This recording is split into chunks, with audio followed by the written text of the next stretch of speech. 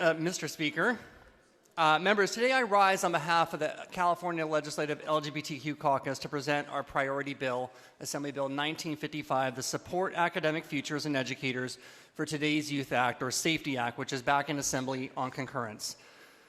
This comes from a growing national attack on LGBTQ people, and particularly transgender individuals, rising since 2020, with several California school districts and other states enacting policies that explicitly compel teachers to tell parents that their child identifies as transgender, policies which are known as forced outings. Since AB 1955, just a couple of months ago, the SAFETY Act has been introduced. 2 additional states in our country have followed through with passing statewide forced outing policies, further amplifying the need for us to be able to protect our constituents against forced outings.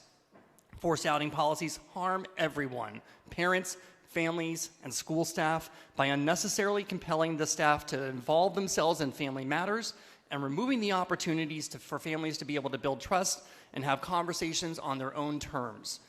Although many LGBTQ youth have supportive families, some unfortunately continue to face rejection and are exposed to serious harm if prematurely forced to reveal their identity.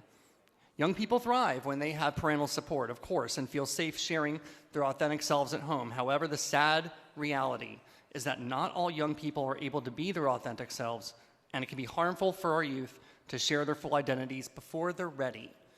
As such, the SAFETY Act was introduced to strengthen existing protections against forced outings, and I recognize that there have been some claims from a few who historically have opposed any measures that provide safeguards for members of our community and wish to see us in our community erased from the public. Through robust committee discussion in both the Assembly and the Senate, we have set the record correct on what this bill does and does not do. First, the SAFETY Act prohibits and invalidates any policy, rule, or administrative regulations that requires forced outings. Secondly, this bill affirms that teachers and employees shall not discriminate based on sexual orientation or gender identity of students and shall not be compelled to disclose such identity unless required to do so by state or federal law, such as due to the suspicion of harm. Third, this bill protects teachers from facing retaliation for simply doing their job, teaching and providing a safe school environment. And fourth, and importantly, the SAFETY Act provides parents, guardians, and families of LGBTQ students with critical resources in order to support them in working towards acceptance on their own terms without the interference of outside actors. This bill does not force schools to keep secrets from parents. This bill does not put students at risk. This bill does not drive a wedge between families. In fact, this bill makes sure that families are centered and empowered to have these conversations on their own terms. Overall, the SAFETY Act strengthens existing protections and supports families by, 1, ensuring that all students are safe, supported, and not isolated due to any part of their identity, and 2, ensuring families are supported so that they can have personal conversations and work towards family acceptance on their own terms. Ultimately, AB 1955 seeks to protect our constituents and our education system from the precarious situation forced outing policies have put our constituents in. Thank you, Mr. Speaker and members. I respectfully ask for your aye vote on our LGBTQ caucus priority bill to protect our constituents against forced outings. Assemblymember Pellerin, you are recognized. Thank you, Mr. Speaker and members. I rise in support of AB 1955, the Support Academic Futures and Educators for Today's Youth Act, authored by my colleague from San Diego. As a committed ally for the well-being and rights of our queer youth, I strongly support policies and practices that protect the privacy of our LGBTQ+ students. Let them share their story when they are ready to, and to whomever they feel safe talking to. As a parent, nothing in this bill takes away from the important role I play in my children's lives and my ability to have crucial conversations with them. And I would only want them to share information with me if they are ready and want to confide in me. As the daughter of a father who had opposite views from me and physically abused his children, I would never have felt safe confiding in him about something significant in my life that was contrary to his ultra-conservative views and values. I lived in fear of him, and I avoided him at all times. For those reasons, I strongly urge you to put our children first and vote aye on AB 1955. Thank you, Assemblymember Pellerin. Majority Leader Aguiar-Curry, you are recognized. I rise today in support of AB 1955 because our children should feel safe when they go to school. Forced outing policies undermine the trust between a teacher and students and harm the mental health of LGBTQ plus students. These policies also lead to a rise in bullying, harassment, and discrimination. This bill affirms that teachers and employees will not discriminate based on sexual orientation or gender identity of the students and will not be forced to disclose a student's identity unless required to do so by state or federal law. Please join me in supporting this bill today. We need to strengthen California's protections that ensure all, and I say all, students are safe and supported. Thank you, Madam Majority Leader. Assemblymember Wilson, you are recognized. Thank you, Mr. Speaker. Members, I rise today in strong support of AB 1955, Safety Act, which will protect our constituents against forced outing of LGBTQ plus students. As most of my colleagues may know, this issue is deeply personal to me as I'm the proud mother of a transgender son. I recall when he, in high school, was just kind of figuring out what his life looked like, how he identified. He was outed to me by a teacher. And I kept that in my back pocket. I didn't go to him and immediately say, what is this? Why is your name changed? Why are you doing this? I let him be, and I waited till he came to me. But I was disappointed to hear it from that teacher and not yet from my son. And I thought about, like my colleague here, if my teacher had told my parents and what that would have looked like in my household. I don't know if I would have survived that day because that was the level of abuse that was happening in my home. So I say to you, colleagues, even with the most supportive families, we must always remember that coming out is a personal decision. I don't care how old you are. It is a personal decision. And that no one, no matter their age, should be forced to do before they are ready and without agency for them to make that decision for themselves. Now, make no mistake, requiring teachers to forcibly out LGBTQ plus students before they are ready not only harms the students themselves, but also harms safe school environments and the families who are deprived of the opportunity to build trust and have those conversations in the time and manner which they would otherwise choose. I appreciate my colleague from San Diego and the members of the LGBTQ caucus for championing this effort, especially as we celebrate Pride Month, a time of celebration and advocacy for LGBTQ plus rights, civil rights in particular. While there are a few who wish to erase transgender individuals, I stand here today as a strong ally to reaffirm that all members of the LGBTQ plus community will not be erased. They will not be divided, and they will not be forced back into dark, hateful closets. Let us stand together as members of this body and say, we see you, we love you, and you are a part of our community. In the face of such baseless, hateful rhetoric and erosion of civil rights, I stand in solidarity with the LGBTQ plus community and fight back against such attacks on our LGBTQ plus siblings. I'm proud to stand with my colleagues of the Legislative LGBTQ Caucus to strengthen protections of LGBTQ plus students and their families, including ones like my own, against forced outings. With that, members, I thank you, and I respectfully ask for an aye vote on AB 1955. Thank you, Assemblymember Wilson. Assemblymember Assaili, you are recognized.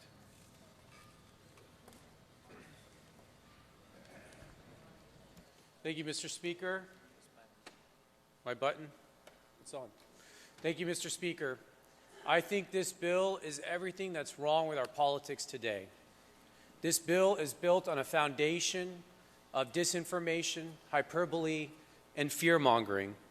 If the reality was, as my Democrat colleagues painted, I would agree with you. I'd be standing in support with you. But that's not the reality. So let's for once have an honest intellectual debate about what is happening at our schools and what's happening in this state. So let's have a little lesson on how we got here today. This all started when the California Department of Education, under Superintendent Tony Thurmond, issued guidance to school districts. The question was, may a student's gender identity be shared with parents? And the answer from the Department of Education was that no, because it would violate the student's privacy interests. Okay, for the first time in history, we had someone declare that students have a right to privacy from their parents.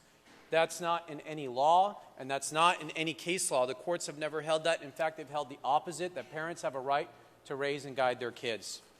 Based on this policy, this guidance, school districts implemented what we call secrecy policies. They told teachers, under no circumstances can you share the child's gender preferences with the parent, even if you're referring to them by a new name and gender at school. So teachers were put in a position to lie to parents. They refer to the child as one name, the birth name with the parent, and then a different name in class. That's what caused me to introduce Assembly Bill 1314 last year, which just said if a child requests the school to change their records to have a new gender, that information should be shared with parents. Not to stop the change, just to inform the parents. But this body would not even let that debate happen. This body suppressed its opposition, and it silenced me. Mr. Saley, we are debating AB 1955. We are not debating last year's bill. Are we debating? We are debating AB 1955. You are out of order. I am not out of order. You are out of order. All right.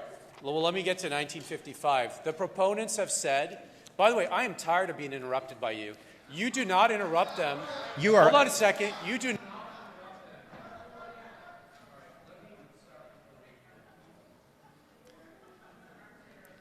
We're going to move on to Mr. Zuber.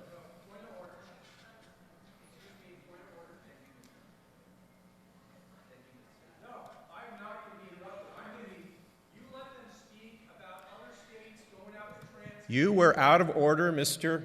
Saley. You are out of order? I am not out of order. You're going to have to drag me out of here. I won't have to drag you anywhere. You are out of order, Mr. Saley. We ask you to have a seat because you were out of order. You were out of order. If you want to debate the bill, you were not debating the bill. You were debating a previous bill. You were explaining your displeasure over something that happened that was unrelated to this bill. You are out of order. If you want to debate this bill, I will grant you that privilege. But if you persist, we may just ask you to leave. Mr. Speaker, with all respect, the proponents have said they introduced this bill because of what school districts did in California in response to my bill. Mr. Saley, you are talking again about your bill. We are not debating your bill. Your bill is not in order.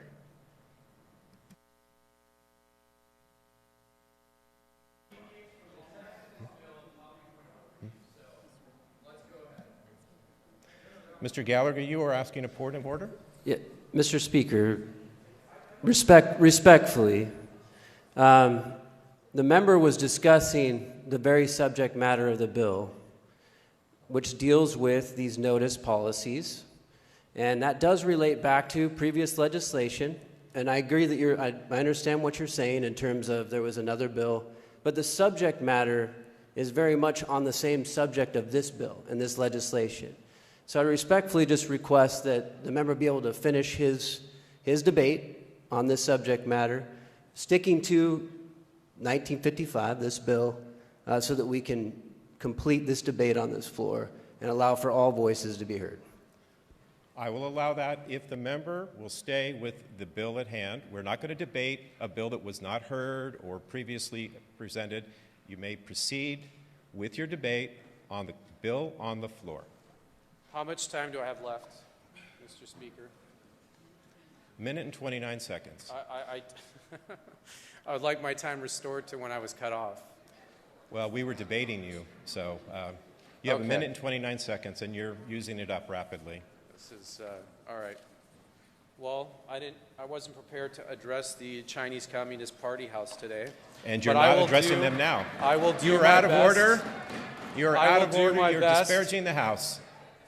I will do my best to wrap up. Okay, so we are here today because the proponents have said that school districts have passed dangerous parental notification policies such as Chino Valley's policy. My question is, how many of you have actually read Chino Valley's policy? I have it right here. We are not debating Chino's policy. We're debating the bill. Mr. Speaker, they are saying that schools are forcibly You're outing using kids. the paper as a prop. That paper is out of order. Okay, I will not use the paper. You are recognized, Assemblymember Reyes, for your point of order. Thank you, Mr. Speaker. The member is using disparaging comments regarding members of our community, members of our body, and I ask that he refrain from that. Your point of order is in order. Well Your taken. point of order. You're disparaging the opposition by saying we want to erase trans kids, we want to put people back in closets. And I would ask that they refrain from disparaging our motives and intents, because that's absolutely not true.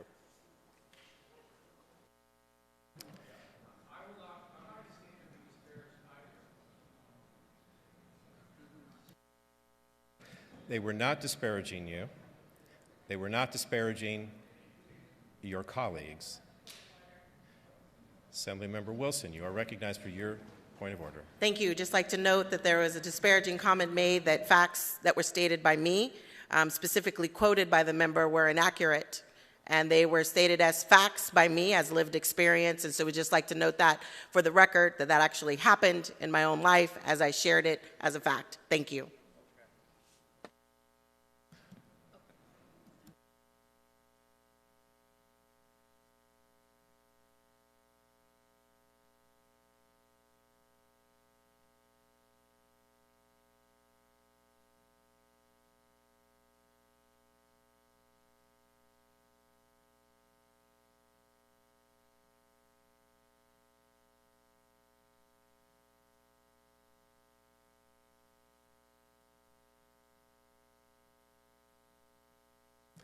Okay, your point of order, Assemblymember Wilson, was well taken. I'm going to move on to Mr. Zuber now. I believed you used that up, Mr. Saley. We're moving on to Mr. Zuber. Your point of order is not well taken. It's not debatable. You do not. Your point of order is not well taken. Is not debatable. We're moving on to Mr. Zuber. Point of order is... I have ruled. We are moving on. That is in order. That takes a second. There's a second by Mr. Gallagher. There's appealing the ruling of the chair.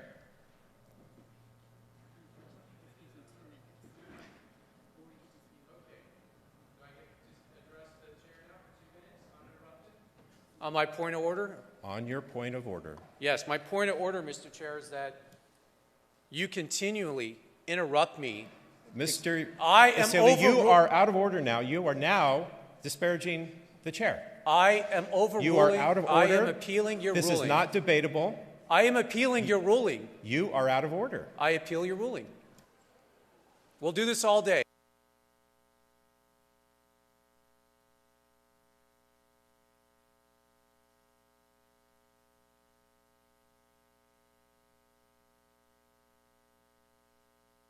You get 2 minutes, but you do not have the right to disparage the chair. I get to say why you're wrong. I absolutely do. If that disparages the chair, then you are out of order. I am going to disparage your ruling. Absolutely. You are wrong. You are wrong, and this body should overturn your ruling. We are all equal members of this body.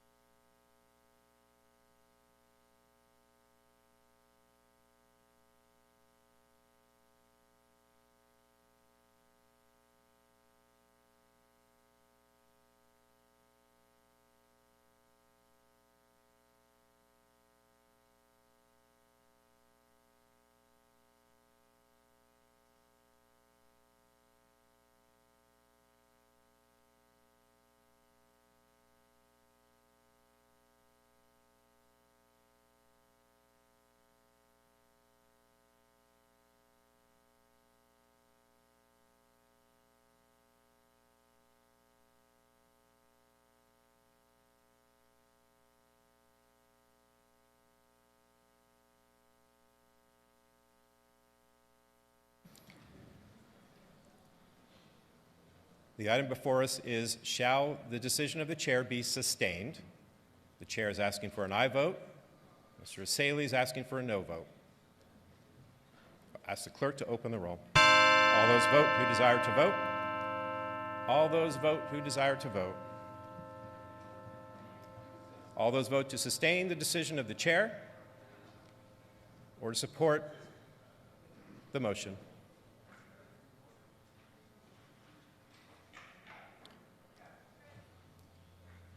Clerk will close the roll and tally the votes. Ayes 50, noes 13. Decision of the chair is sustained. Mr. Zabur, you are recognized. Good morning, Mr. Speaker, members.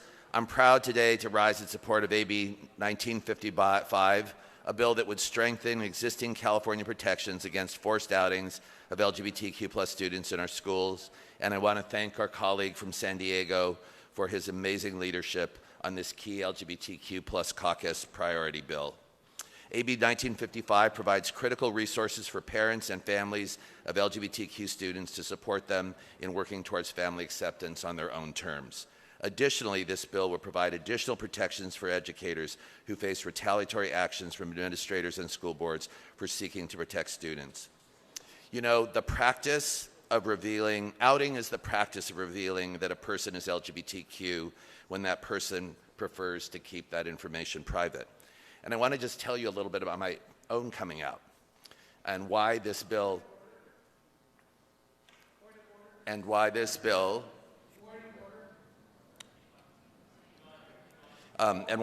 is so important to protecting LGBTQ kids. You are recognized, Mr. Asaley. Yes, the Speaker's remarks are not germane to the text of the bill, so I'd ask that they be declared out of order. We're not debating his life story. We're not debating his life story. Your point of order is not well taken. Okay, I appeal the ruling of the chair. Do you have a second for that, Mr. Asaley? From Ms. Sanchez. So Mr. Asaley is appealing the ruling of the chair. Mr. Asaley is appealing the ruling of the chair. The chair is asking that the point of order, my ruling, be sustained. Mr. Asaley is asking for a no vote, so I'm asking for an aye vote. Mr. Asaley asking for a no vote. Dr. Jackson. Is it correct that the member Sanchez seconded this motion? Is it correct? I believe she is nodding. Is that correct, Assemblymember Sanchez? Okay, just making sure. Thank you. So, an aye vote is Mr. Dr. Jackson. Dr. Jackson, please. Dr. Jackson, please.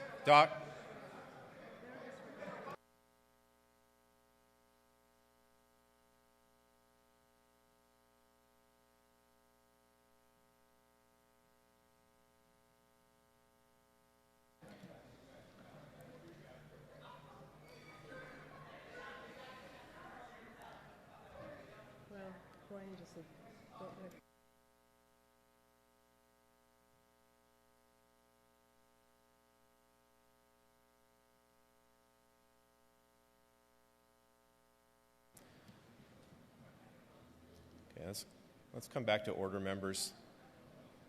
The item before us is a challenge to the ruling of the chair. The chair is asking for an aye vote. Mr. Asaley is asking for a no vote.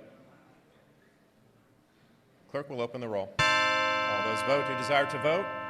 The chair is asking for an aye vote. Mr. Asaley asking for a no vote.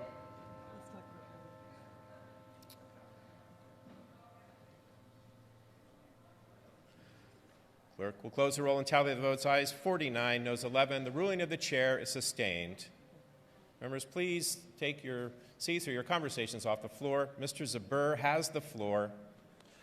Thank you, Mr. Chair. I would like to talk about my own personal life to explain why this bill is so important. I grew up in a farm community south of Albuquerque, New Mexico, a rural farm community where there was not another person that I knew who was LGBTQ where people in my community were shamed, were beaten, were taunted, where I would not even allow myself to think about the possibility that I was an LGBTQ person. When people asked when I came out, it wasn't even in college, because at that point I had not gotten through, I think, the trauma and had not worked through the issue myself to feel comfortable to share that I was an LGBTQ person with anyone. I slowly started to come out in law school, first to my sister, then to a couple groups of friends, then eventually, a couple years later, to my parents. The reason why, and I come from a loving family where my parents did more for their kids than, as much as any parents that are loving do for their kids. But I was afraid to tell my parents that I was LGBTQ as I was sort of coming out, because they were the most important people in my life. And when you have a policy that requires teachers to do things that they know are not in the best interest of the kids, it causes trauma and damage that experts across the board tell us is true. So this bill is an important bill. It's a bill that allows people to have the dignity of deciding when they are ready to share some of the most private information about themselves with other people in the world. To have teachers required to basically forcibly out kids, and require teachers when they can assess a family situation and they know it will harm these kids. There's a reason why we have statistics that are out there in our community, why 4 out of 10 homeless youth in Los Angeles, where I live, are LGBTQ, why the dropout rates in our schools are 4 times higher for LGBTQ kids than everyone else. It's because at this time in life, kids are going through a very difficult sets of decisions, and we should not have these hard and fast rules that require teachers to do things that we know are harmful for our kids. I want to thank my colleague from San Diego for his extraordinary leadership on this issue. I want to thank everyone who's spoken here today and for the allyship in this room. And I just want to tell you, this is something that is really, really important. It will strengthen families. It puts our kids first, and it's an important bill, and I respectfully ask for your aye vote. Thank you, Mr. Zabur. There are others who wish to speak on this item. We are going to take a brief caucus now, and we will resume shortly. Recess under call of the chair.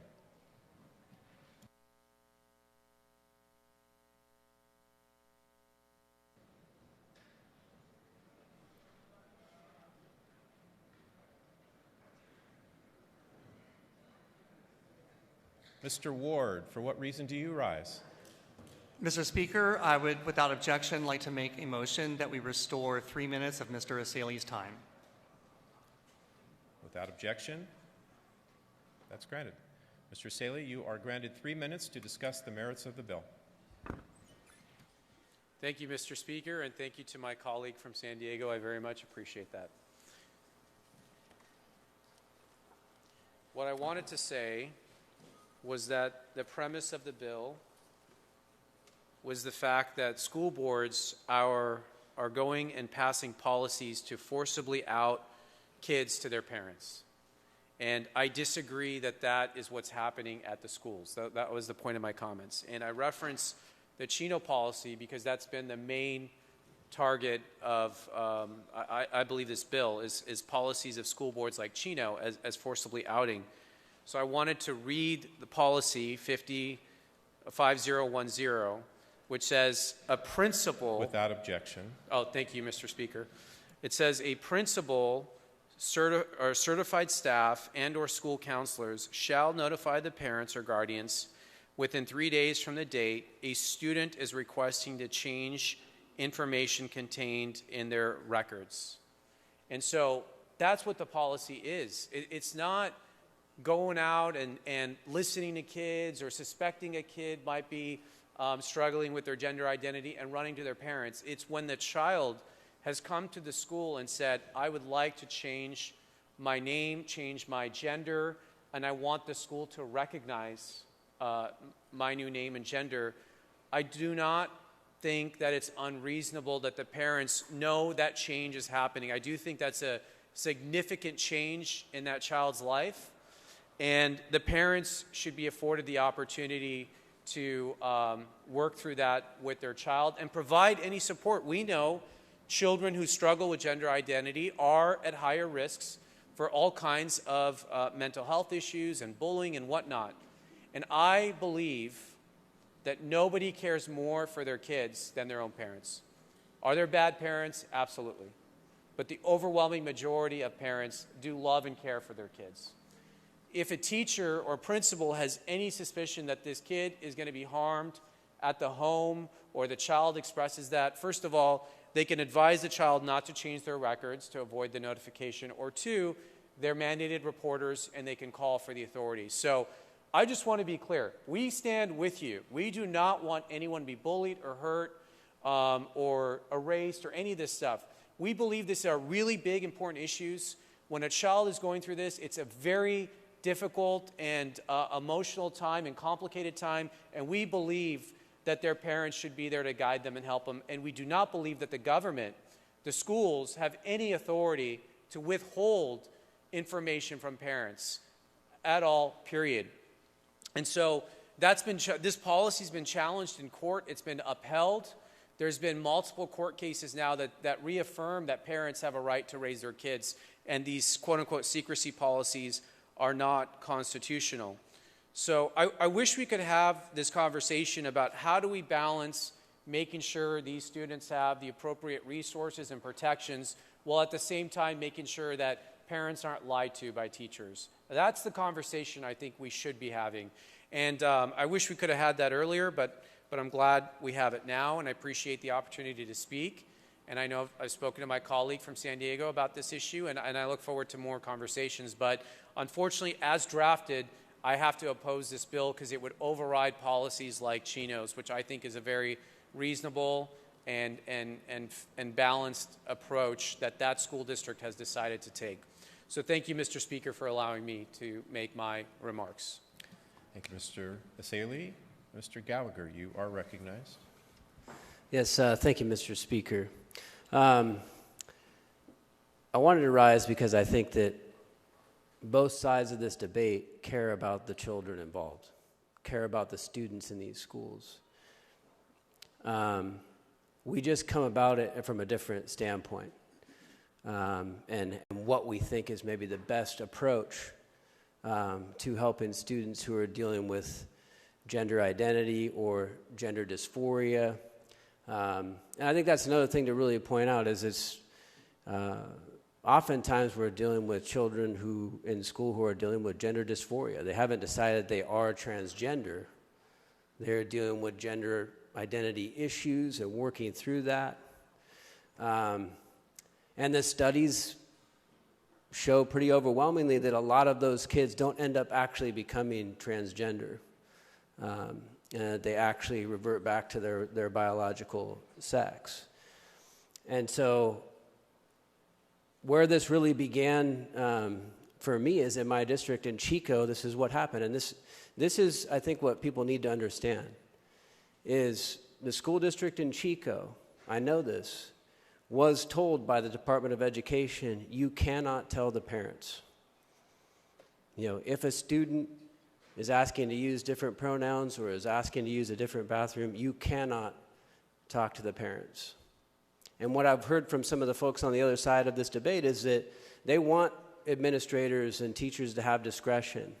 Well, right now, under the current policy, and I think this is a big problem, it's something we should be talking about, they're being told at the school district level that they cannot tell. And that is a secrecy policy. To me, that's the very definition of a secrecy policy. It's not in statute. There is no statute on the books that says that that needs to be the case, but yet school districts are being told to do that. And that's where a lot of these policies generated from. The parent involved in Chico was not told. She testified in front of the committee, and I think maybe some of you guys saw that. This is a very concerned and loving mother. And I appreciated the story that our colleague from Fairfield told. But she got to be told by the teacher. And that's all that people on this side are really asking as well. This mother she was not told. She was left out. And I'll draw another analogy that I have from my own personal experience. I have a child that has an IEP. And when we do IEPs and we're talking about special education and needs that particular students have, we do an individualized education plan and we invite the parents in. I got to sit in on that with counselors, with school officials. I got to help be part of that process. And we have that in statute. That is by statute, that's how that process goes. I'm not saying that's exactly the same as the situation, but there's an analogy that could be drawn, is how do we actually make sure that all the people are brought into this, and especially the parents, because parents should be involved. And one of the concerns I've had from the beginning with this legislation is that I feel like it almost draws a default of school officials and teachers and counselors are always safe, and parents are not safe. And that's not true. And I think we would probably agree that's not true. I think we would probably agree on both sides that's not true, right? So I think we could have a better policy that actually ensures that all people are involved to help ensure that the best interests of the child are furthered. And maybe not drawing into polarized positions, on this, is I think we could have that kind of discussion. We could have a better policy. But right now, the default policy, that is what it is, coming out of Department of Education, and it is on Department of Education's website, saying that you shall not tell parents. I think that's wrong. And so as we're debating, this bill today, I think we could, really work on this and make it a better policy for all students in our schools. And I think that's the thing that I would hope that we work on, no matter how this goes forward today. I can't support this policy and this, the way this statute is drawn today. But I think that there needs to be a continued discussion on this. Thank you. Thank you, Mr. Gallagher. Mr. Lowe, you are recognized. I want to thank my colleague from San Diego for presenting this measure before us.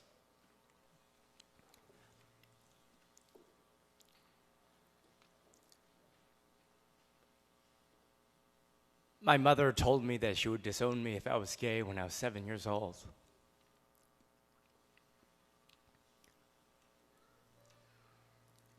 I was born in the 80s,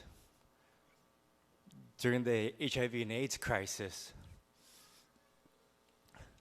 There wasn't the internet that provided opportunities for learning, experiences. We weren't taught about what it meant to be gay in our schools, that we existed. We didn't have the resources. And I knew that if I ever told my mom that I was different, that I would be disowned. And you simply want to be loved. And I didn't know what I was.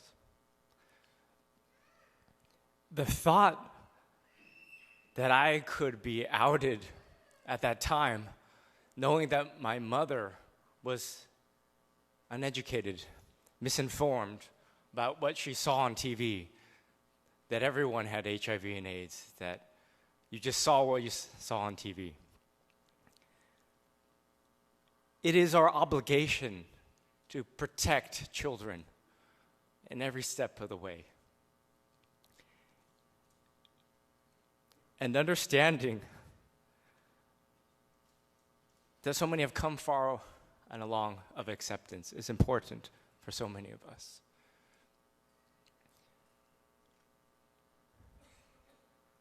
But just think about that experience of being afraid, not knowing.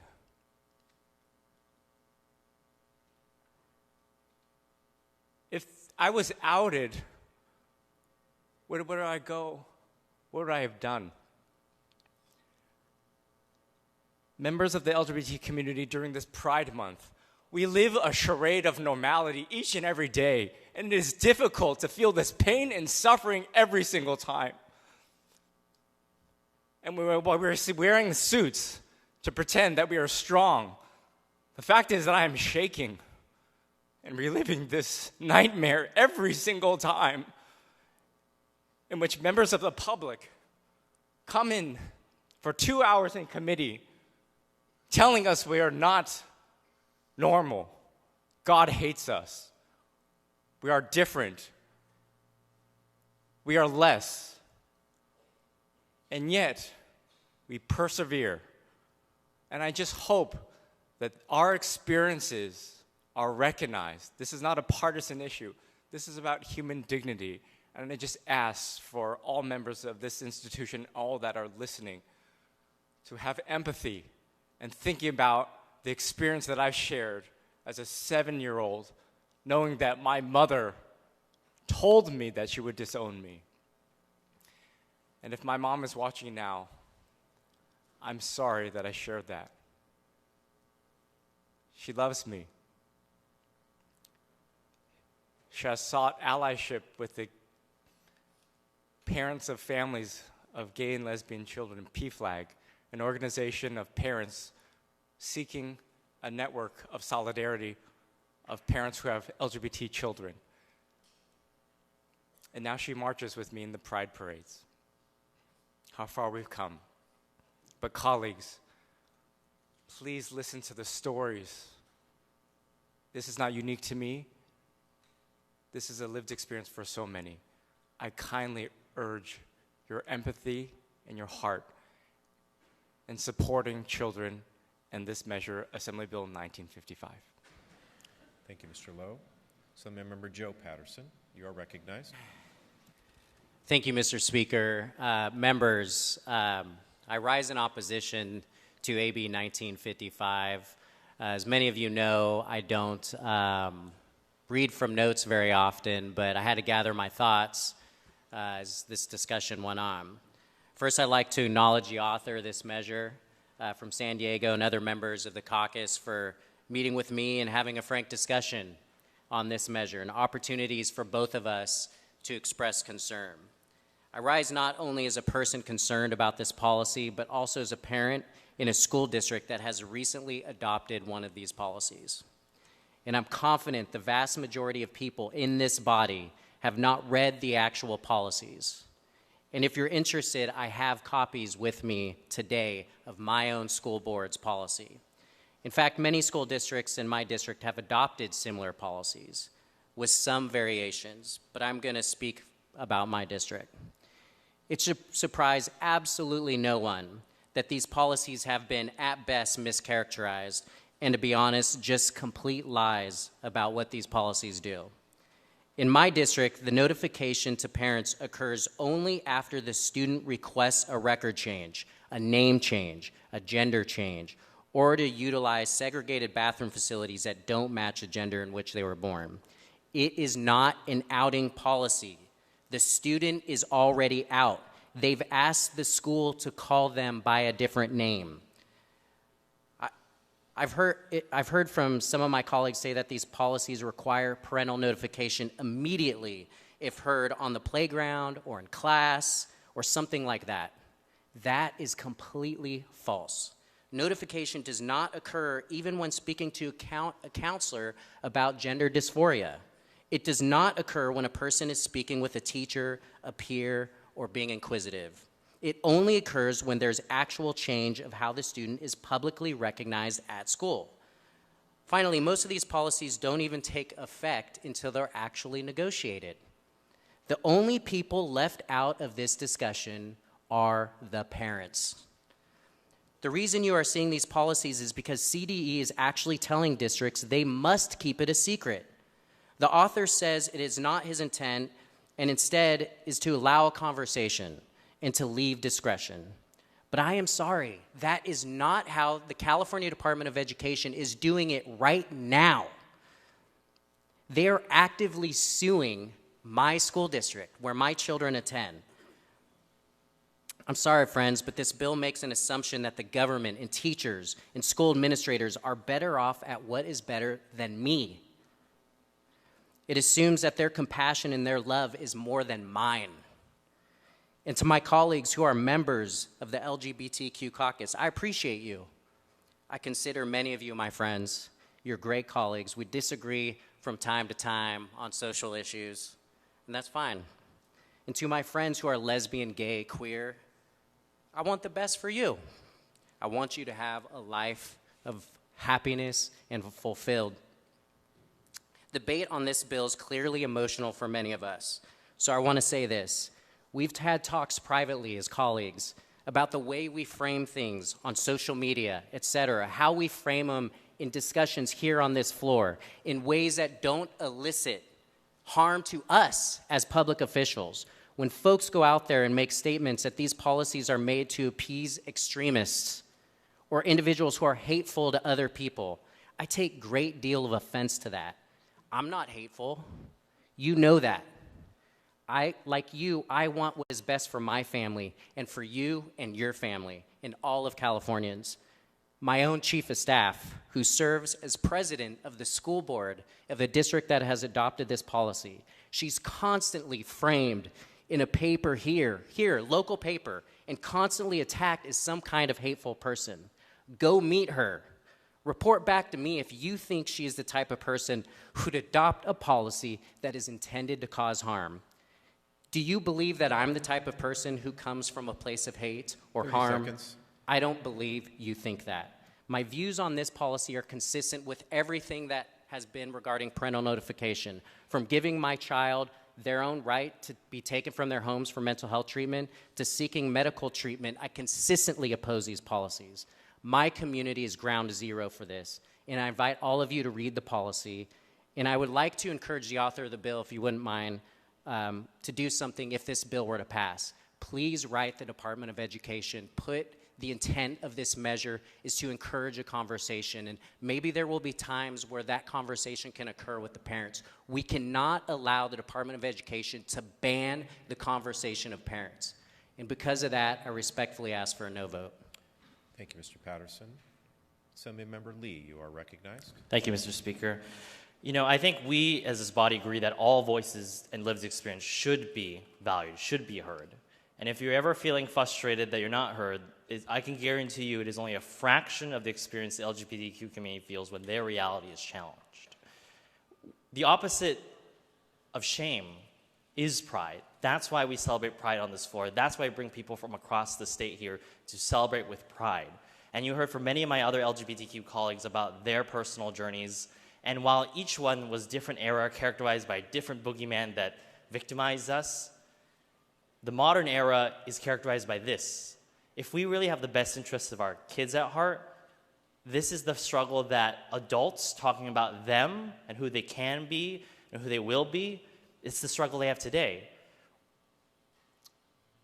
When I was growing up, I'm not as brave as my colleague from the Silicon Valley talked about my mom. My parents are very supportive, and they request I never talk about them in public. But so I will not talk about them. I'm not as brave as my colleague. But when I was growing up, going through high school, middle school as an awkward teenager, figuring out who my friends are, figuring out who I am, you know what adults said about people like us? Is that it is illegal for you to get married.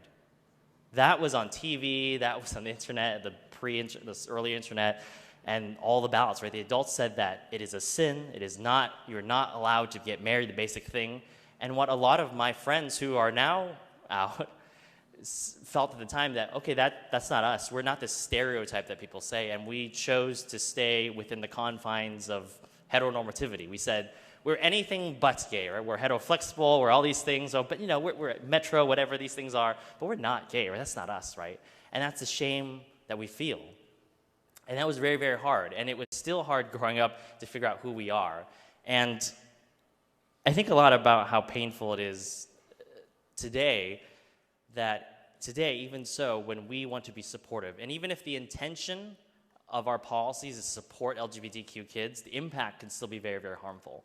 I still get really disheartened when I go to schools today and I ask them, what are you doing, even in my district, right? I ask them, what are you doing to support LGBTQ kids? And some principals say, we don't have any LGBTQ kids. And I'm like, well, that's really funny, because all my friends and everyone, we came through here not too long ago, and we all turned out the way we did too, so something's a little off. But it is really painful. And if we truly have the best interests of kids at heart, listen to them. If they are requesting different names, different bathrooms, when you were 12 and you had to ask an adult to do something you know is painfully awkward and painfully horrible, that took a lot of bravery. And, you know, with my trans friends and non-binary friends today, we joke all the time gleefully that, man, you have 15 names. How am I going to remember all these names constantly, right? We could joke about these things because it's funny, but it's also the struggle. But that struggle, when you go to someone that you don't know if they're going to receive it well or they're going to be hostile to this, that's scary. Especially if you have children who are 10, 11, like asking for something they know is challenging is really hard. And the policy today, and I know our colleague from San Diego will hit it home and talk about it today, is just not forcing schools to out kids, not forcing them, because the kids, when they feel right and comfortable, especially with supportive parents, will have that right time to do so. But even me, with supportive parents, and even with a lot of our colleagues with great parents, we need a little bit more time. We need to feel out, we need to figure out, is this right for us? Is this right in our peer groups? And it's really, really difficult. And listening to the really emotional stories today, I just remember how difficult it was for me. And my parents are very proud of me and supportive of me today, but it was not always easy to do that, you know, even in this modern era. And today, I just want you to think about is if your children are trying to figure it out, as complicated as youth is and teenagery is, this is one of those things they're trying to just figure out for themselves, and just give them that time, give them that grace to do so. And I thank you for listening to all our very lived experience, because it's important. Because right now also, there is no trans or non-binary representation in this house right now. And they can't tell you how awful it is to go through being dead named. Imagine if every one of you constantly called me Alan every day. And I'm like, my name's not Alan. You know, it's constantly doing that. But that's just the micro, smallest thing that non-binary trans people have to go through every single day. And we're just asking you not to politicize, not to make it worse for them. Just let them understand where they are at their own time. Thank you, Mr. Speaker. Thank you, Mr. Lee. Assemblymember Bauer-Cahan, you are recognized. Thank you, Mr. Speaker and members. I rise in support of AB 1955. I come from an incredibly loving family, and I'm a mom who loves my kids. And I actually agree with my colleagues across the aisle that the vast majority of parents have their kids' best interest at heart. And I know that my parents always did. My sister had a boyfriend in high school, and for the first time, she went off to college across the country. She got to figure out who she was. And she realized she identified LGBTQ. She told my parents they struggled. They didn't struggle because they didn't love her, just the opposite. This was the same period when our colleague from Cupertino, his parents were going through this, and it was a scary time to have a child who was lesbian or gay. And they wanted more than anything for her to have a happy and healthy life. That's all they wanted, and it scared them. And so they made choices that now, to be honest, they regret in how the choices they made during that period. And now they march in every pride parade, and they couldn't be prouder, and they couldn't love her more, and they have 2 beautiful grandchildren that she and her wife are raising, that they spoil rotten just like the rest of their grandkids. And the lesson from that is what we heard from our colleague in Cupertino, that even when parents love their children, it might be from a place of love that they do harm in those moments. We're not saying it's not. We're not saying why parents are doing things that cause their children to not be able to protect themselves and make the choices they need. We're saying that kids need that room. And that if they're at school making the choices that my sister made when she was in college, able to make those choices, then we need to give them that space. We need to trust that they're going to figure it out. And when they feel safe telling their parents, or their friends, or whoever it may be, they will. And for some reason, those children, where they don't want to be outed to their parents, have made the choice that school is the safe place. and they want to put it on at school, and they're not ready to tell their parents. And if we love those kids, we are going to let them do that. And we're going to trust that their parents will do the right thing for them, like my parents did, and like we heard from our colleague from Cupertino. They will continue to love them and support them, but that we're giving the kids the time to do what they need. And, you know, I was thinking as I sat here today, my constitutional law professor taught me a concept when I was in law school about pre-commitment. That sometimes in law we pre-commit to things to do what is right because we know that in the moment we may not always make the right choice. And that's what this feels like to me. We are pre-committing to our children that we will give them that space, that they will tell their parents and their loved ones when and if they're ready. And in the meantime, they get to figure out who they are. And that will not do harm. We know by listening to the kids who this affects that it's what they're asking for and it's what they need. And so I think we need look no farther than the kids as loving people and as parents to do the right thing and vote in support of AB 1955. Thank you, Assemblymember Bauer-Kahan. Assemblymember Cervantes, you are recognized. Thank you, Mr. Speaker and members. I rise as a proud member of the LGBTQ caucus and a proud co-author of AB 1955, the Safety Act. I want to thank our Vice Chair, my friend, my colleague from San Diego, for taking this on behalf of our caucus and on behalf of thousands of students across our great state. And of course, it is so appropriate that we are here and ready to send this bill to the governor's desk during Pride Month. Colleagues, the Safety Act is one of the most formative and sometimes traumatic experiences for members of our LGBT community. Coming out. This involves not only coming to terms with your own identity, but the possibility, which is a terrifying possibility, of the idea of presenting this idea of an essential element of yourself to the people you love most in this world. Thankfully, there have been shifting attitudes about the LGBTQ plus community.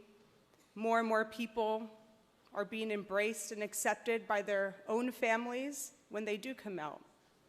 But as the author so beautifully put in committee hearing yesterday,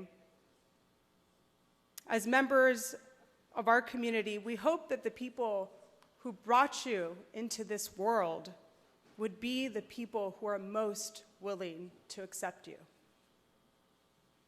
But that is often not the case. That is why this bill is so important. It allows members of our own community, particularly our students, to choose their own path to coming out. I didn't get to choose my path. It was chosen for me.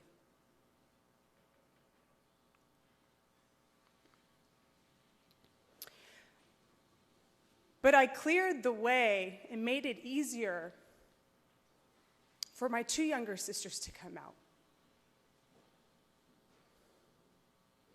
But the decision of who to tell and when must be made by the individual, not by teachers or school officials without the consent of students. That is why the forced outing policies that the Safety Act seeks to ban are so dangerous. They remove the fundamental element of freedom and choice from one of the most formative experiences for members of our LGBTQ plus community. The Safety Act represents the best parts of California values of diversity and compassion. You need not only look at the county that I represent in Riverside for proof. Just this month, voters in Temecula Valley Unified School District voted to recall its school board president. He spearheaded efforts to impose one of these forced outing policies in Temecula schools. The kind of misguided manifestation of bigotry that this bill seeks to end. And through this recall election, voters in this historically conservative part of the county I represent are sending a message to us as members of this body. They want our schools to be safe, welcoming, and nurturing environments for our students. For every one of us who walk these hallowed halls openly as members of both the legislature and the LGBTQ plus community, we know that thousands and thousands of our LGBTQ plus siblings in California are still forced to hide in the shadows. And it is incumbent upon us to shine a light for them by passing this bill today. The members of this body who vote for this bill not merely stand in solidarity with members of our community, but we're telling students that we see them, that we hear them, that we love them, and that we will continue to fight for their safety. Colleagues, I respectfully ask for an aye vote on AB 1955. Thank you, Assemblymember Cervantes. Seeing and hearing no further debate, Mr. Ward, would you like to close from the Majority Leader's desk? Yes, thank you, Mr. Speaker. I want to thank all my colleagues for your personal and heartfelt words. I almost want to reflect them in my close because they were so eloquent and pointed of what we are trying to accomplish here. Coming out, as you've heard, is a very personal decision. Every person has a right to make that for themselves, and it includes the retention of privacy, which has been upheld in courts. LGBTQ students do not waive that right to privacy just because they come out to some people and not to others. Every conversation is its own individual experience, and it comes with its own risks, and it is up to that individual to decide for themselves when and to whom and in what manner to have that conversation, and that process and that moment of connection is important, and it should not be involving an outside actor thrust upon them. In just a few months, since some of our California school districts have passed these forced outing policies, the results have been tested, and they're not good. Schools have been ripped apart. You know what's going on at these school board meetings, the fracturing of communities. But back to the subject of the matter, the youth that are harmed, and not just LGBTQ youth, their friends, the discord amongst the student body, the bullying, the harassment.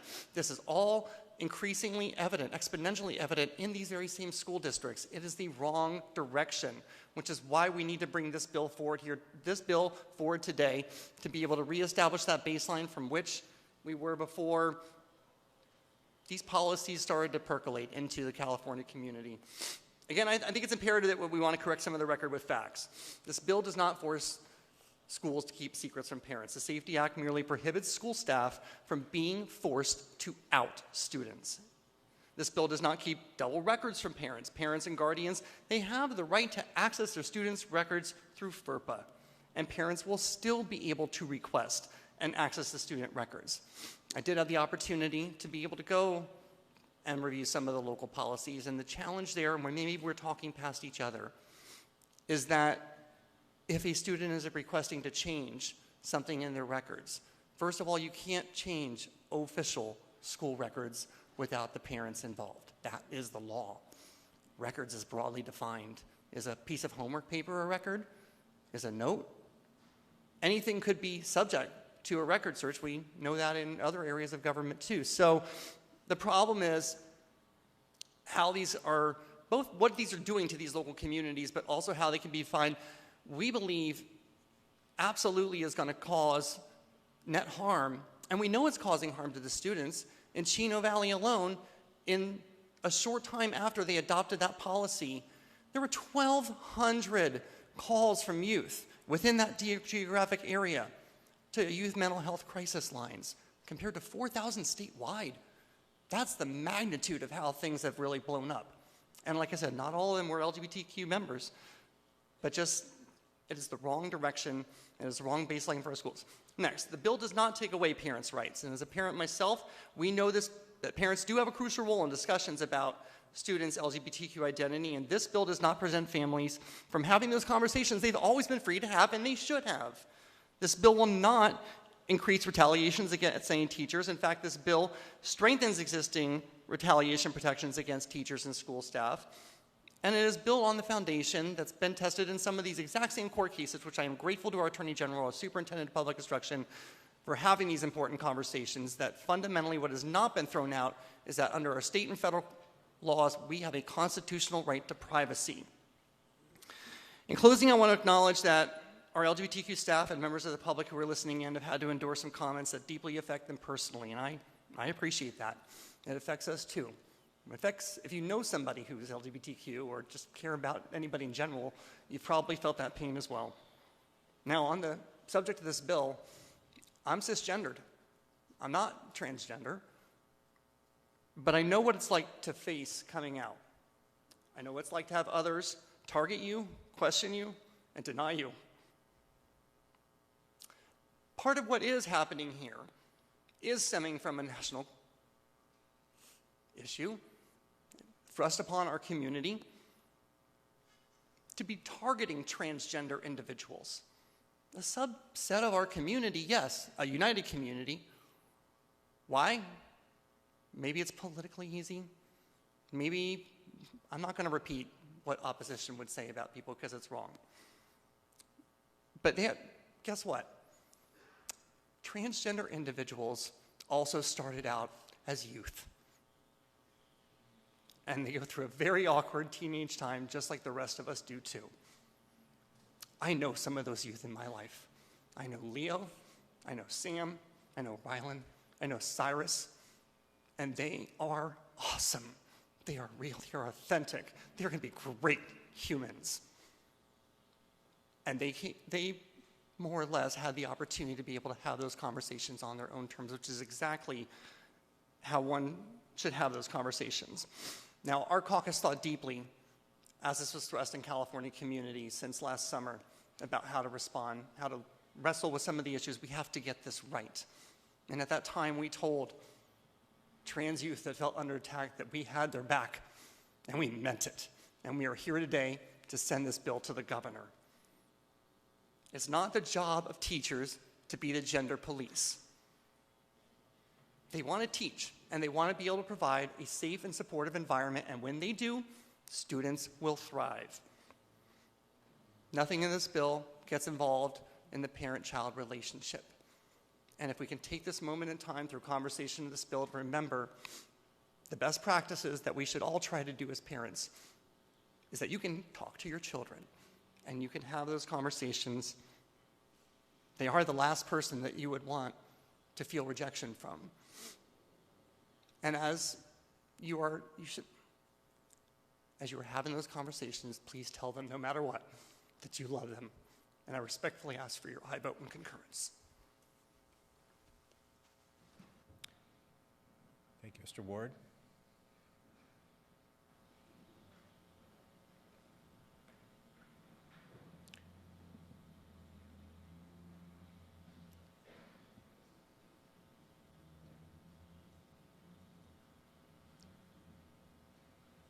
The clerk will open the roll. All those vote who desire to vote. All those vote who desire to vote. All those vote who desire to vote.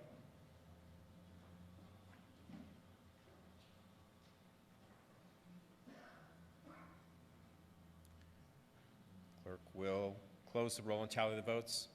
Ayes 60, noes 15. Senate amendments are concurred in.